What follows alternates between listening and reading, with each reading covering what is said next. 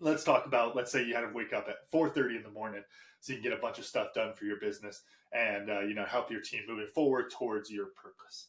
Well, if you don't understand your purpose and you're just doing a job, frankly, what the hell is the motivation to get up at 4:30 in the morning? That's difficult. That is a hard thing to do. So why would you do that? Well, it's because I'm going to help people by creating a legacy of leaders.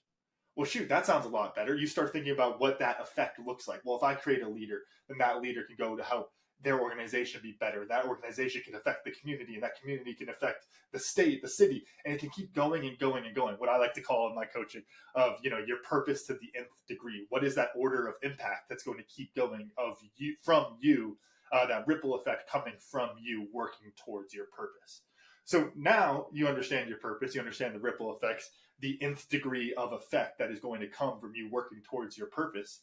Now getting up at 4:30 in the morning, writing out a plan for your team, sending emails, like kind of tedious type things that a lot of us don't really enjoy doing. When it's tied to the purpose, now you're going to have that energy for it, and that's going to help you to perform at a higher level because you know how important each one of those individual missions is to your purpose.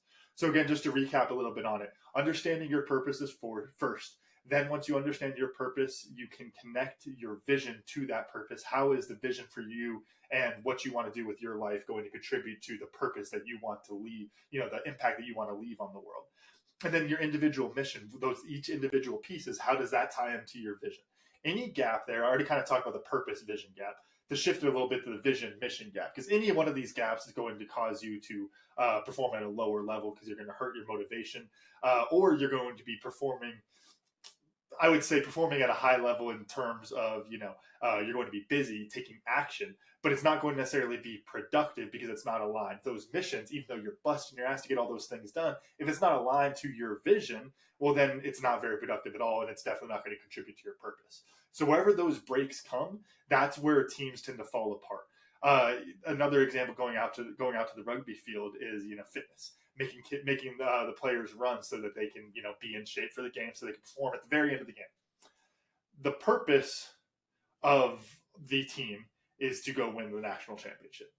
The vision we're painting is for us to perform at a higher level so that we can win that national championship. We can win X number of games, those kind of different pieces there as we take that purpose for the organization and lead it down to the vision for that year.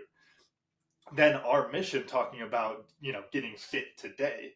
Well, if the players don't understand how that mission aligns to the purpose of winning that national championship, the vision of that winning season for this year, well, then they're not going to be motivated. They're not going to try as hard. They're not going to get as much out of it, and then therefore they're not going to perform at that higher level. So you have to be able to connect it all the way through.